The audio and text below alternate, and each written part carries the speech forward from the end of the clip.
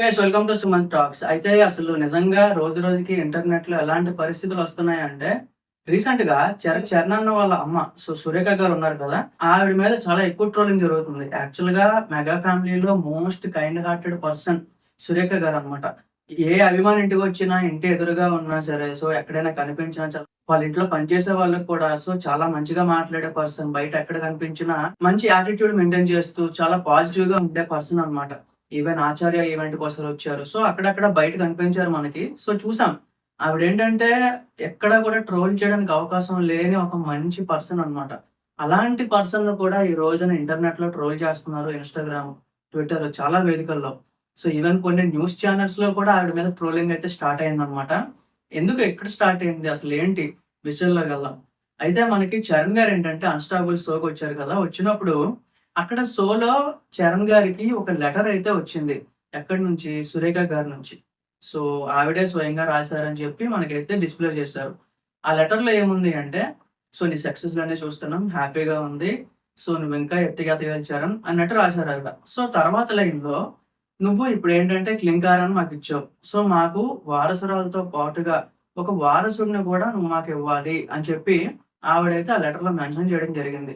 ఇదే విషయం ఈ ఒక్క లైన్‌నే పట్టుకొని చాలా మందైతే కొన్ని నెలల నుంచి ఆవిడ మీద ట్రోల్స్ చేస్తున్నారు. ఇంకా ఈ రోజుకి కూడా కంటిన్యూ అవుతుంది. యాక్చువల్‌గా నేను ఈ విషయం మీద ఎప్పుడో వీడియో చేయాల్సింది. But still వదిలేస్తారనుకున్నాను. బట్ ఈ రోజుకి కూడా అలాంటి పోస్టులు నేను చూస్తున్నాను. అందుకే మీ ముందుకొచ్చి వీడియో అయితే చేయడం జరుగుతుంది. ఈ లెవెల్ ఆఫ్ అంత మెచ్యూరిటీ లేకుండా చాలా మంది యాంటీ ఫ్యాన్స్ ఈ పాయింట్‌ని హైలైట్ చేస్తూ ఆవిడ మీదట ట్రోల్స్ అసలు అవసరం లేని ట్రోల్స్‌నైతే ఆవిడ మీద వేస్తున్నారనమాట. ఎందుకంటే ఆడపిల్లలంటే అంత తక్కువైపోయినారా? మగపిల్లలే కావాలా? అని చాలా అగైన్ నేను అన్నీ చెప్పలేను. బట్ కొన్ని విషయాలైతే నేను చూసాననమాట. అవన్నీ కూడా ట్విట్టర్ బ్యాచ్ మీకు తెలిసిందే గదా! ఇలాంటి విషయాల మీద చాలా ఫాస్ట్‌గా స్ప్రెడ్ చేస్తున్నారనమాట. కొన్ని కొన్ని న్యూస్ ఛానెల్స్ కూడా నేను చూసాను ఫ్యాక్ట్ ఇది. న్యూస్ ఛానెల్స్‌లో కూడా ఆవిడ ఫోటో పెట్టి, ఏవేవో క్యాప్షన్స్ పెట్టి అనవసరమైన విషయాలన్నీ కూడా పెడుతున్నారనమాట. నాకడిగినంత వరకు ఇవన్నీ అగైన్ ఆపేస్తే బెటర్ గైస్. అన్‌స్టాపబుల్స్‌తో ఎప్పుడో అయిపోయింది. ఆవిడ మనసులో ఉండే ఒక మాట జనరల్‌గా మెన్షన్ చేశారు. ఆవిడేమన్నారు? వారసురాలతో పాటుగా వారసుడు కూడా కావాలి అని అన్నారు. అంతే తప్ప నువ్విచ్చిన ఆడపిల్ల మాకొద్దు. మాకు మగ పిల్లవాడే కావాలి. మగ వారసుడే కావాలి అనేం రాయలేదు కదా! ఆవిడేంటంటే జనరల్‌గా ఒక ఆశపడ్డారు అంతే.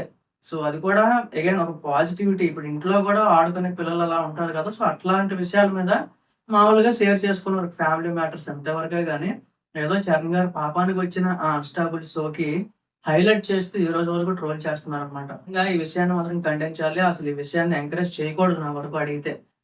అగైన్ మీరు అడగొచ్చు గైస్ నువ్వెందుకు బ్రో ఇలాంటి వీడియోలు చేస్తున్నావు అని. బట్ నేనేంటంటే మీకోసం చేయట్లేదు గైస్. ఎవరైతే ఇలాంటి క్యాప్షన్స్ పెట్టి రాంగ్ ఇన్ఫర్మేషన్ ట్రాన్స్‌ఫర్ చేస్తున్నారో వాళ్ళ కోసం చేస్తున్నాను.